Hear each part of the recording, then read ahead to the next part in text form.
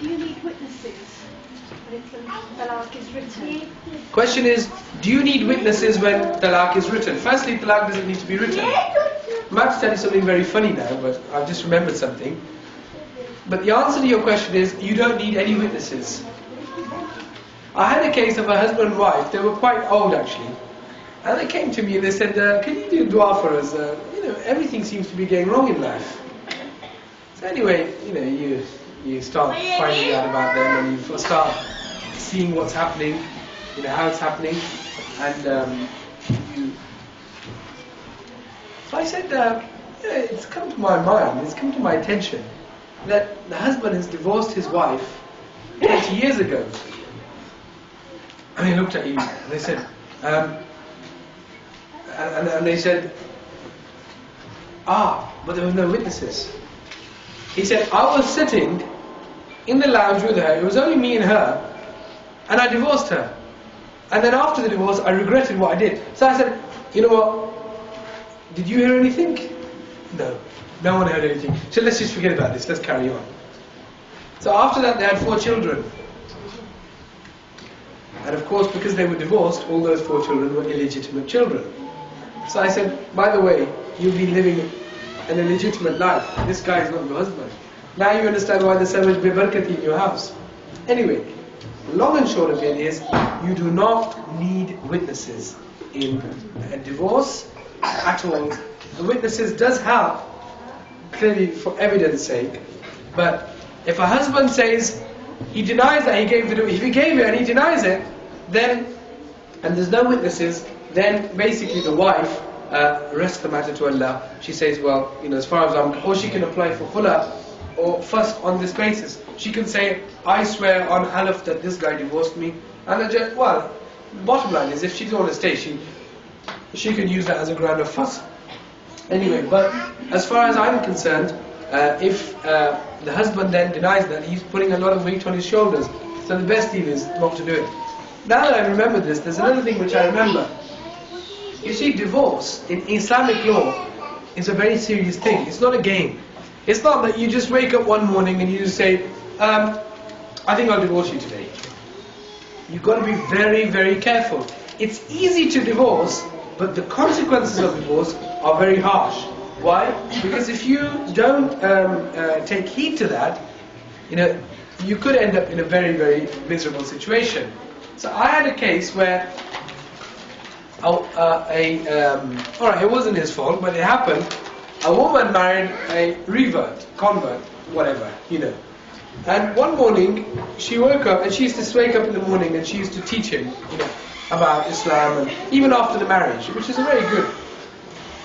Then one morning, she started talking about divorce. And because he was an Englishman who converted, she said, in Islamic law, divorce is 3 times, and after 3 words you divorce. He laughed so much, he basically found it so amusing. What he did was he said, really? So if I say to you, I divorce you, I divorce you, I divorce you, and you're divorced? And she said, what? And then he started laughing again.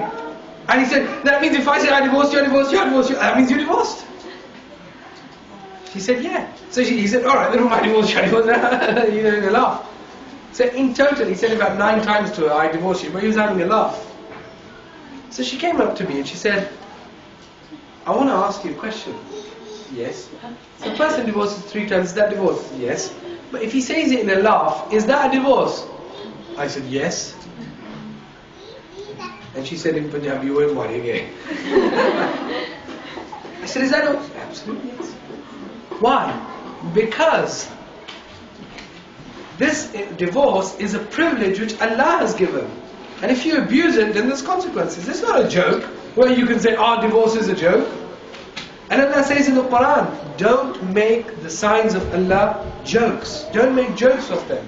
So this is not a joke whereby you say simply, and by the way, intention is not important. Somebody came up to me and said, I divorced my wife, I did it in anger. And I said to him,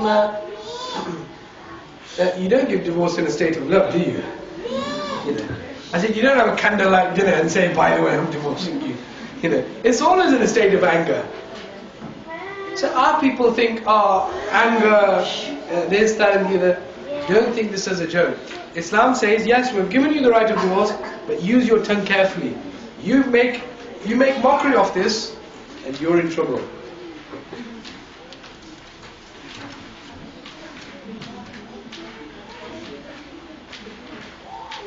The question is, can we contact you by phone or by email? I don't feel comfortable in asking questions. Fine. I'll leave my email address with one of the representatives downstairs. You can email me, as long as it's not a very long question. I'm not very fluent, but sometimes I do have the opportunity to respond to questions on English law and Islamic law. There's no problems on that front. Any other questions? What if some husband divorces a wife under duress? Under duress? Well, it depends what kind of duress it was. Was there a gun to his head? Maybe family pressures. Is it still a divorce? I'm afraid divorce is divorce. And the moment the words come out, intention is not important. Intention is irrelevant. Why? Because divorce is divorce. That's just that kind of fact of it. I don't know whether you know this case. Yeah, I'll answer the question. There was actually a Pakistani drama many years ago where husband and wife were acting in the drama. And the husband, one of the acts was he divorced his wife, because she was his wife in the drama also. And so in the drama he actually said to her, I divorce you, I divorce you, I divorce you. And then afterwards he came back off the scene and I don't know what happened, but a local alim quickly ran to the scene where the thing was. He said, by the way, you're divorced. Then it was only a movie, it was a film. So it doesn't matter, intention is irrelevant.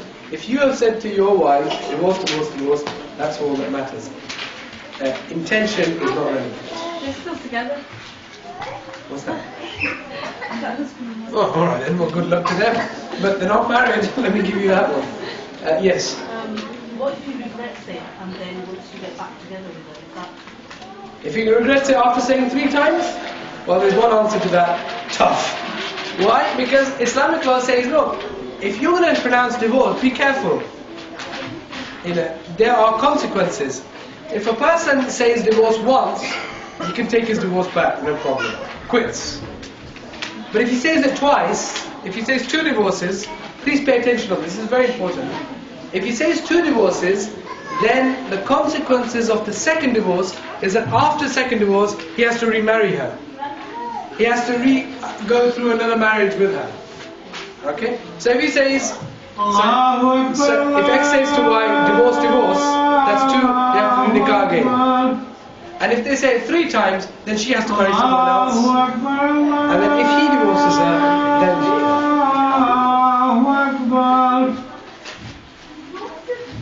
أشهد أن لا إله إلا الله أشهد أن لا إله إلا الله أشهد أن محمدا رسول الله أشهد أن محمدا رسول الله حي على الصلاة حي على الصلاة حي على الفلاح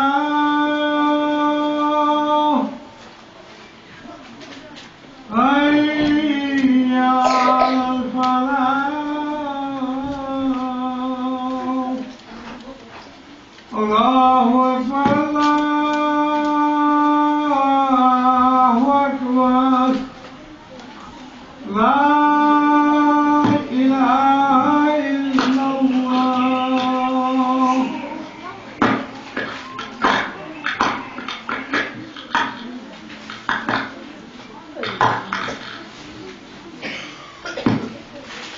There's just one last question before we conclude the session. If a brother, I don't know whether I've understood this question right. If a brother-in-law asks for a divorce,